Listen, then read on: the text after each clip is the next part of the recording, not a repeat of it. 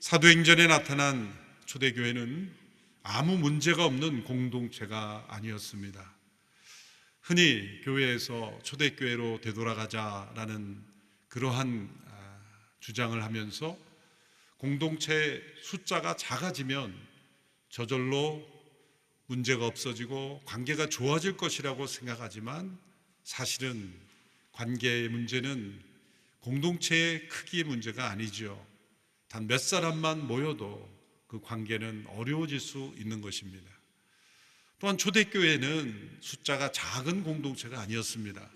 앞서 사도행전 2장에 4장까지를 보면 베드로가 설교했을 때 3,000명 혹은 5,000명, 수천 명의 사람들이 돌아왔는데 그 숫자도 성인 남자의 숫자만 그러했으니 적어도 10,000명 이상, 15,000, 10,000명 가까이 되는 많은 숫자의 공동체가 사도행전에 나타난 초대교회였습니다. 이처럼 숫자가 많아짐으로 인해서 생겨날 수 있는 두 가지 문제로 인한 갈등이 생겨난 것이 6장에 나타납니다. 첫 번째 문제는 숫자가 많아짐으로 인해서 생겨난 행정적인 문제이죠. 오늘의 교회가 최근에는 이제 사역 조직도가 온라인상으로만 이렇게 올려져서 이렇게 편리하게 되어 있지만 과거에는 오늘의 신문을 통해서 매년 이렇게 첫 주에 조직도가 이제 배포되었죠. 그 전에 여러 번 확인을 했는데도 꼭 발표된 뒤에 보면 항상 누락되는 이름들이 있어요. 여러 과정이 있으니까 여기 사역팀에서 올릴 때 또 스태프들이 그걸 취합할 때 수정된 버전으로 보내지 않고 실수로 다른 파일을 보내는 경우도 있고, 그러니까 추가된 명단이 다 한꺼번에 빠지는 거죠. 그래서 교회로 새해가 되면 전화가 많이 옵니다. 조직도에 빠졌다. 이렇게 전화를 주시는 분은 참 감사한 일이에요. 수정하면 되니까. 그런데 조직도를 보고 충격을 받으셔서 갑자기 사라지시는 분, 교회가 나를 버렸구나. 의도하지 않은 일인데 행정적인 실수이지만 그것이 영적인 문제가 될 수 있는 거죠. 단순한 실수이지만 의도하지 않았지만 또한 그것이 누군가에게는 심리적이고 영적인 문제가 될 수 있다는 겁니다.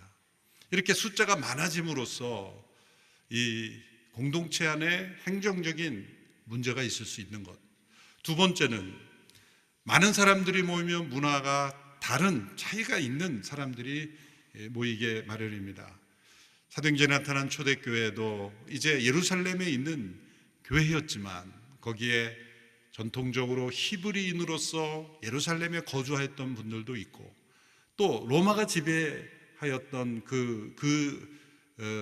이후에 이제 다양화된 그 시대 속에서 많은 인종들이 함께 어울리는 사회가 되어 가면서부터 이제 다인종들이 들어오기 시작한 것이죠. 다른 민족, 다른 문화 속에 있는 사람들, 특별히 그리스 문화에 익숙한 사람들이 공동체 안에 들어오기 시작함으로 인해서 서로 다른 문화권에 있던 사람들이 함께 모이게 되는 그런 문화적 차이로 인한 갈등, 이 두 가지가 함께 합하여져서 초대교회의 불평과 갈등이 일어나게 된 것입니다. 초대교회는 분명 성령 충만한 오순절 성령이 충만하게 임함으로 서로 나눔이 있었고 필요가 채워지고 서로 사랑하는 그런 공동체였다는 걸 우리가 잘 알 수 있습니다. 그러나 지상에 완벽한 공동체는 존재할 수가 없습니다. 아무 갈등이 없는 공동체는 존재하지가 않습니다. 어떤 분들은 아무 문제 없고 아무 갈등이 없는 공동체만 찾아다니는 그런 분이 가끔 있습니다. 그런 경우에는 그분이 갈등의 주인공일 경우가 있어요. 제가 새가족 분들에게 환영할 때마다 이 이야기를 꼭 들려드립니다. 스펄전 목사님께 어느 성도들이 찾아왔어요. 목사님, 우리가 정말 안심하고 마음 놓고 좀 출석할 수 있는 교회를 소개해 주십시오. 어떤 교회를 원하십니까? 이런 교회가 되면 좋겠습니다. 이렇게 나열하는데 당연한 얘기죠. 서로 사랑하는 교회면 좋겠습니다. 다툼이 없는 교회면 좋겠습니다. 제발 목사님의 설교가 졸리지 않았으면 좋겠습니다. 열심히 복음 전하면 좋겠습니다. 이렇게 좋은 교회 리스트를 다 나열하는데 목사님이 다 들고 나서 스포전 목사님 이렇게 말씀합니다. 죄송합니다. 제가 알기로는 그런 완벽한 교회는 없습니다. 추천해 드릴 수가 없네요.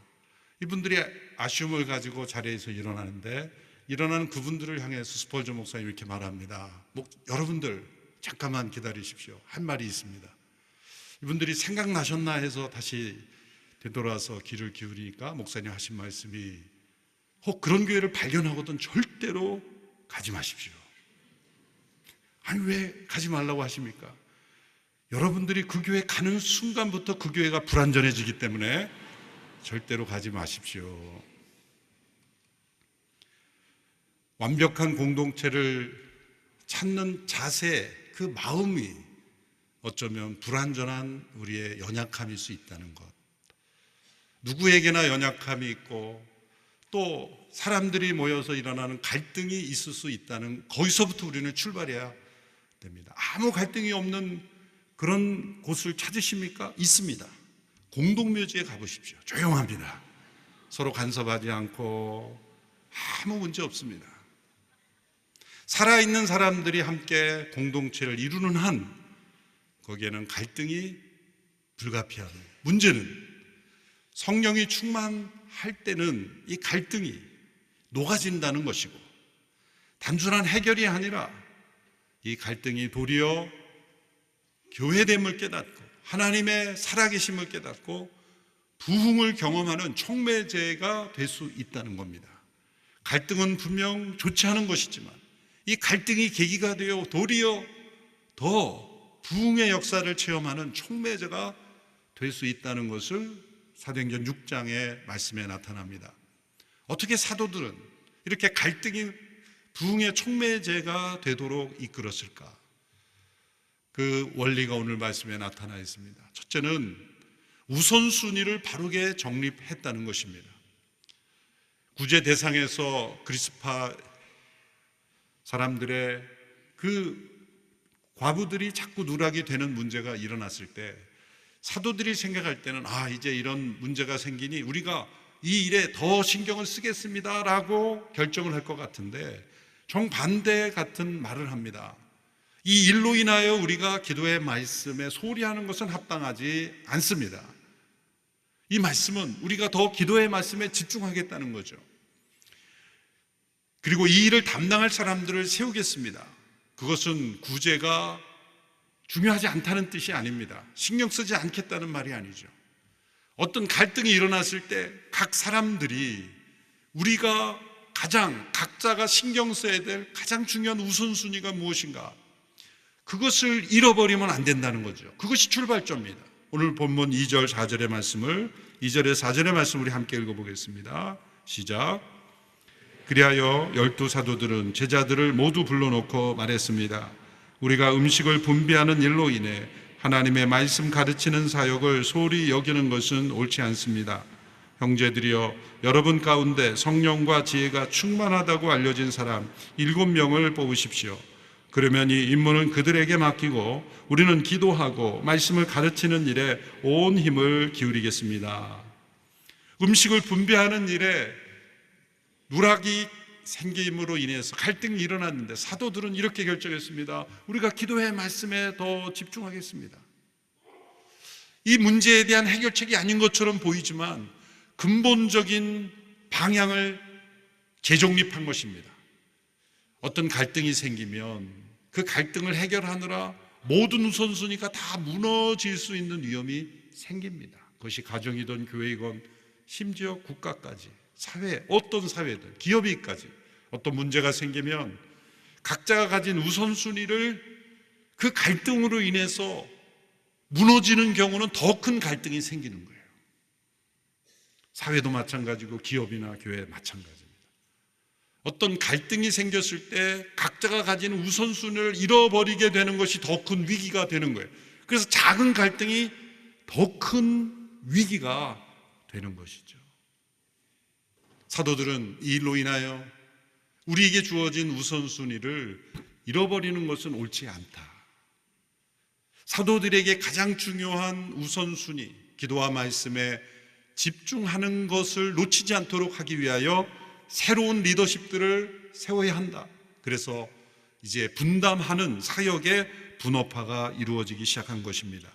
그래서 두 번째로 성령과 지혜가 충만한 사람들을 리더십으로 세웠다고 말씀하고 있습니다. 5절 6절의 말씀을 보십시오.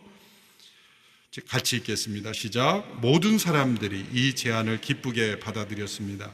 그들은 믿음과 성령이 충만한 사람 스데반과 빌립, 브로고로, 니가노르, 디몬, 바메나, 유대교로 개종한 안디옥 사람 니골라를 뽑았습니다. 그들은 이 사람들을 사도들 앞에 세웠고 사도들은 그 사람들 머리 위에 손을 얹고 기도했습니다. 사도들이 머리에 손을 얹고 안수한 것이죠. 기도함으로 세운 7사람. 우리가 흔히 성경 기조할 때 사도행전에 7 집사라고 할 때 이 사람들을 일컫는데, 엄밀히 말하면 집사직은 본문에 나오지 않습니다. 훨씬 더 후에 디모데서 됐을 때 수십 년 후에 이제 집사직이 처음 등장하게 되는데, 이때는 타이틀이 없이 사역자로 세운 겁니다. 사도들을 돕는 사역자들로 세운 것이죠. 집사직의 기원이라고 말할 수는 있지만 이 사람들이 곧 집사로 이때 임직을 했다 이렇게 말할 수는 없어요. 어쨌든 이들은 성령과 지혜가 충만하였고 또 믿음과 성령이 충만하였다 이렇게 말합니다. 성령 충만이 공통점이고 지혜와 믿음이 충만했다. 이 양쪽의 단어가 나옵니다. 지혜란 무엇입니까? 하나님이 우리에게 주신 이성적 판단을 통하여 분별할 수 있는 능력, 이것이 지혜이고, 믿음이란 무엇입니까? 우리의 이성을 초월하는 하나님의 신비, 하나님의 주권에 대하여 맡겨드리는 것, 이것이 믿음입니다. 성령 충만은 어느 한편으로는 지혜가 충만하고 어느 한편은 믿음이 충만하고 이 지혜와 믿음이 함께 조화를 이루는 것입니다. 하나님은 우리의 이성적 판단을 사용하는 것을 금하시지 않았어요. 믿음이 충만하다는 것이 이성적 분별력 없이 결정한다는 뜻이 아닙니다. 또한 우리의 이성적 판단으로 헤아릴 수 없는 영역에 대하여 믿음으로 하나님 앞에 맡기는 것, 그것 또한 믿음의 충만합니다. 모든 것을 다 우리의 이성으로 판단으로 결정해서는 안 되는 거죠. 우리가 하나님 앞에 기도할 때 흔히 3가지 기도 응답이 있다고 말합니다. Yes, 하나님께서 들어주시는 거죠. No, 아니라고 거절하시는 거죠. Wait, 기다리라. 기다려서 더 기도하라는 거죠. 3가지 외에 2가지 다른 응답이 있는데, 하나는 내가 너를 믿으니 너가 판단해서 한번 결정해 보라는 그런 하나님의 응답일 수 있어요. 하나님이 우리에게 주신 이성, 그런 이성의 판단을 통한 분별력을 가지고 우리 스스로가 결정할 수 있도록 하나님이 우리를 믿어주시는 거죠. 우리 일상의 많은 영역에서 하나님께서 우리의 이성적 판단을 통해 우리가 결정할 수 있는 자유를 주셨고 그 분별력을 사용하도록 하나님은 우리를 믿어주시는 거죠. 또 다른 영역에서의 기도의 응답은 이 일은 내가 알아서 할 테니 너는 손 떼라, 나를 완전히 믿고 맡기라 라는 응답일 수도 있는 겁니다. 성령의 충만함이 한편으로는 지혜가, 한편으로는 믿음이 충만했던 이 모습이 이미 성도들에게 나타났던 사람들 가운데 7명을 뽑았다는 것입니다. 사도들이 이것을 제안했고 기쁘게 받아들여졌습니다. 사도들은 지시하거나 명령하지 않았고 수평적인 권위로 제안했고 이것을 함께 뽑았다는 겁니다. 이들은 사도들은 아닙니다. 사도들은 12사도라는 그러한 사도들로 제한된 것은 예수님과 함께 동행하였고 예수님의 부활을 목격한 사람들로 국한되는 겁니다. 사도 바울은 예수님과 함께 하는 생활은 없었지만 부활하신 예수님을 직접 만나고 위임을 받았기에 그도 사도가 되었고 제일 마지막에 사도된 자라고 말했죠. 그 밖에 이 사람들은 이제 공동체를 통해서 세워진 사람들을 통해서 사역자들이라고 말할 수가 있습니다. 이것이 후에 직제가 되어서 여러 이제 집사 등 여러 직분으로 이제 세분화되는 것입니다. 하나님의 방법은 사람을 세우는 것입니다. 사람들이 갈등에 대한 해결책은 언제나 법과 제도를 만드는 것이지만 하나님은 언제나 신실한 성령이 충만한 사람들이 세워짐으로써 그 갈등이 해결되도록 하시는 것입니다. 또한 세 번째, 이들의 갈등 해결책은 문화적 차이가 있는 이들을 서로 끌어안음으로써 해결한 것이죠. 이 7분의 이름들을 보면 특색이, 공통점이 있습니다. 다 그리스식 이름이라는 거죠. 대표적으로 스테파노스, 이것은 면류관이라는 뜻의 헬라식 이름입니다. 마지막에 있는 유대교로 개종한 안디옥 사람 니골라라고 했을 때 앞에 설명이 붙은 건 무엇입니까? 이방 사람이라는 것을 강조하는 거예요. 개종했다. 그건 이방인, 유대인이 아니었다는 거고, 출신이 나옵니다. 안디옥 사람, 이것은 지금의 튀르키예 지역의 이방 나라죠. 니골라라는 이방인도 예루살렘에 있는 초대교회의 중요한 리더십으로 세움을 받았다는 겁니다. 이방 지역에 오래 살았던 유대인이나 아니면 순수한 이방인이나 할 것 없이 이들이 세움받은 이유가 무엇입니까? 지금 갈등의 원인이 뭡니까? 그리스파 사람들의 과부들이 이 구제의 대상에서 자꾸 누락이 되는 겁니다. 그래서 이제는 시각을 우리가 바꾸어서 히브리파 사람들의 시각으로 이 문제를 보지 말고 그리스파 사람들의 시각으로 이 문제를 보는 것이 해결책이겠구나라고 생각을 한 거죠. 그래서 그 사람들로부터 사람들을 뽑았다는 것을 알 수가 있습니다. 얼마나 훌륭한 결정이고 얼마나 공동체를 포용력 있게 하나 되게 하는 결정입니까? 우리나라 정치 역사를 보면 늘 안타까운 게 그겁니다. 전부 적이 되어서 서로 싸우는 모습. 정치 얘기하면 또 엉뚱한 방향으로 가니까 여기에서 그치고 다시 본문으로 돌아와서 이 그리스파 사람들을 포용할 뿐만 아니라 그들 가운데 리더십을 세우는 이 포용력, 이것이 교회 공동체 안에 있었다는 거예요. 특별히 이방인들을 리더로 세웠다는 것. 이 예루살렘 교회가 폐쇄적이지 않았다는 걸 보여주고 다문화 공동체를 보여줬다는 겁니다. 서로의 다름을 인정하고 이 갈등이 건강한 에너지가 되도록 바꾸었다는 것을 보여주고 있습니다. 제가 20여 년 전 미국에서 목회할 때 미국의 유명한 복음주의 잡지 크리스티애니티 투데이 폐간되었어요. 복음주의 잡지가 폐간될 정도로 미국 기독교가 어렵습니다. 그런데 그 잡지의 그 커버 스토리에 미국 교회를 진단하는 그 기사가 나왔는데 그 내용은 뭐냐면 미국 교회가 1900년대 초부터 부흥을 일어나면서 1970, 80년대까지 엄청난 미국 교회의 성장기를 이루었는데 그 성장기를 되돌아보면서 문제를 지적하는 거예요. 다 좋은데 이건 문제다. 그건 뭡니까? 각 나라의 인종별로만 모여서 신앙생활을 했다는 거예요. 백인교회, 흑인교회, 아시안들도 우리 코리안, 차이니스, 각 나라 언어별로 이렇게 미국이라는 다인종 사회에 살면서도 각 나라의 문화에 익숙한 사람들끼리 모이는 거예요. 제가 미국에 간 지 얼마 안 된 데서 그 아티클을 보고 이런 시각이 중요하구나. 그래서 이 아티클의 제목이 성경적인 교회는 멀티 에트닉 처치여야 한다라는 걸 강조하는 거예요. 그래서 제가 목회하던 교회에서 성도들에게 비전을 제시했어요. 우리 교회는 이 비전은 한인교회라는 타이틀을 띄어야 된다. 다인종 문화사회에 함께 살면서 우리 민족만의 교회를 추구하고 거기에서도 한인 문화를 강조하고 한국식으로 생활하는 것은 성경적인 교회일 수 없다. 우리나라도 이제 이주민들이 250만, 300만으로 향하고 이제 인구 감소율을 극복하려면 400만까지 들어와야 된다는 그러한 통계도 있어요. 인구의 20%가량이 이주민 사회입니다. 어느 목사님이 지방에서 목회를 하는데 그 자녀가 학교에서 자꾸 따돌림을 받아서 왜 그런가 보니까 그 자녀만 한국 사람이고 나머지 아이들이 전부 이주민 자녀들이에요. 지방은 그렇게 되고 있어요. 그런 사회에서도 우리가 한국 사람들만 모이는 교회라고 고집해서 한국 교회가 되겠습니까?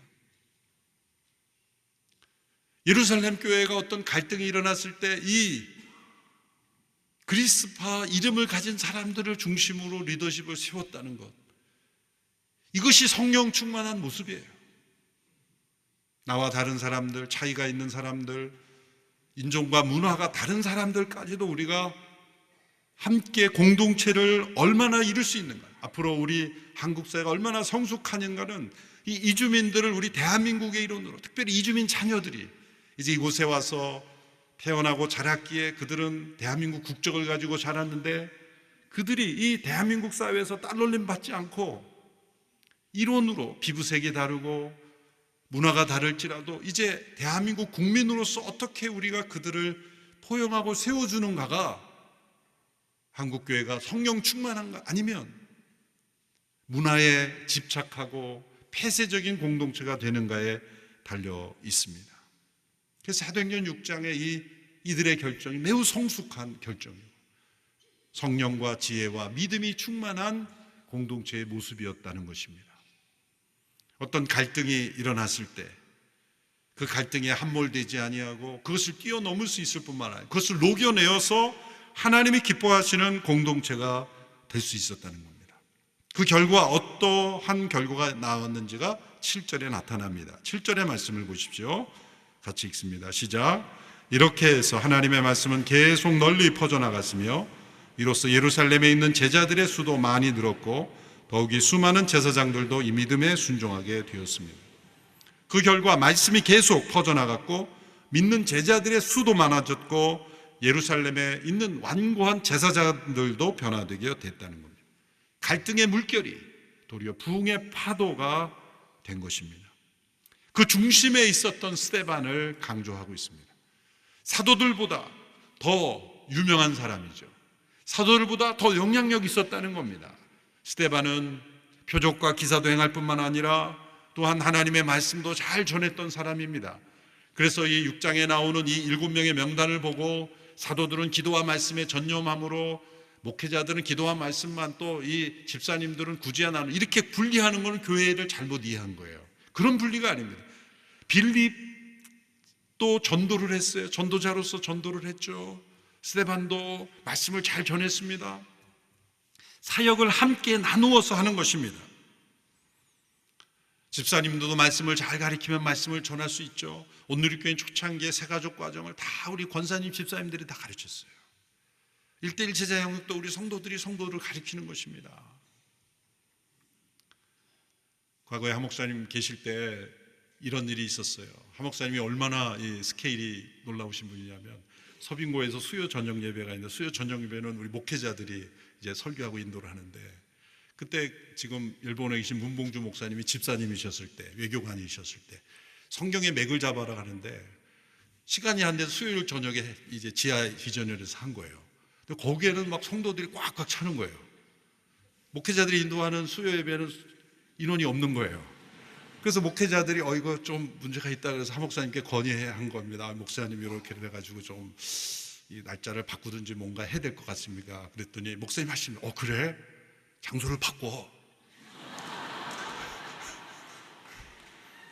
문봉 집사님 하는 게 본당에 하고 내려가. 그게 한 목사님의 스케일입니다. 우리가 말을 잘못했구나. 그러니까 집사님의 말씀을 잘 가르치면 더 많은 사람들이 들을 수 있도록 되는 것. 목회자만 말씀을 해야 되는 게, 또 목사님도 아무리 말씀을 전해도 다 잠재우는 분이 있다면 행정에 열심히 할 수 있는 거고요. 이렇게 거룩한 분담을 할 수 있는 거예요. 근데 단 조건이 있어요. 어떤 분은 이래요. 나도 잘 가르칩니다라고 주장하는 분이 있어요. 또 한 목사님께 어느 목회자가 찾아왔습니다. 제가 비서실에 있을 때 같이 옆에 들어서 증인입니다. 목사님, 저도 설교 잘합니다. 왜 저는 안 시켜주십니까? 목사님 말씀하지. 그런 말은 성도님들이 해야 되는 거야. 자기가 주장해서 되는 건 아니에요. 성도님들도 마찬가지예요. 목사님, 저도 잘 가르칩니다. 가르칠 수 있겠어요. 다른 성도님들이 얘기해야 되는 거예요. 여기에 이 7분에 세워진 게 어떻게 됩니까? 이미 그렇게 인정받은 분들이 세움을 받은 거예요. 내가 주장해서 되는 게 아니에요. 사람들의 존중과 인정을 받는 사람, 누가 봐도 저분 참 리더십으로 인정될 만하다, 그런 분들이 세워지는 것이 초대교회였다는 거죠. 그것이 성령 충만한 공동체의 모습입니다. 대표적인 분이 스데반이었어요. 표적과 기사가 나타나고 하나님의 말씀도 잘 증거되어서 영향력이 엄청나게 큰 거예요. 사도들보다 더 영향력이 커진 겁니다. 그래서 산헤드린의 주목을 받고 예수님을 십자가에 못 박았던 공회원들이 이 스데반을 잡아서 신문하게 되었어요. 살기가 등등한 이 산헤드린 공회원 앞에서 스데반의 표정으로 오늘 말씀이 끝납니다. 그것은 천사의 얼굴과 같더라. 스데반 집사님이 지금 표정 관리하는 걸까요? 지금 곁에서 보고 있는 누가가 내 모습을 기록해서 사도행전에 기록할 거니까 내가 표정 관리를 잘해야 돼, 그런 표정 관리일까요? 아니죠. 충만한 겁니다. 대적들이 나를 고소하고 나를 억울하게 몰아가는 이들 앞에서 충만한 스데반의 얼굴, 천사의 얼굴이었습니다. 성령이 충만한 모습이었습니다. 사도행전에 나타난 교회는 완전한 교회가 아니었습니다. 크고 작은 갈등이 일어나는 공동체였습니다. 그러나 그것에 함몰되지 않고 그것이 녹아지고 그것이 계기가 되어서 이제 스데반과 같은 일꾼들, 빌립과 같은 일꾼들이 세워지고, 그리고 더 나아가 더 큰 부흥의 촉매제가 되는 공동체였습니다.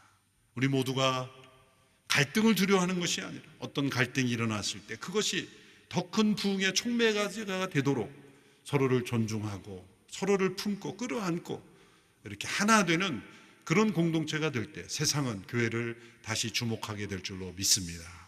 기도하겠습니다. 하나님 아버지, 사도행전의 초대교회가 보여준 이 성숙한 결정과 태도가 우리에게도 있게 하여 주시고 우리 대한민국 한국교회에 있게 하여 주시옵소서. 예수님의 이름으로 기도합나이다. 아멘.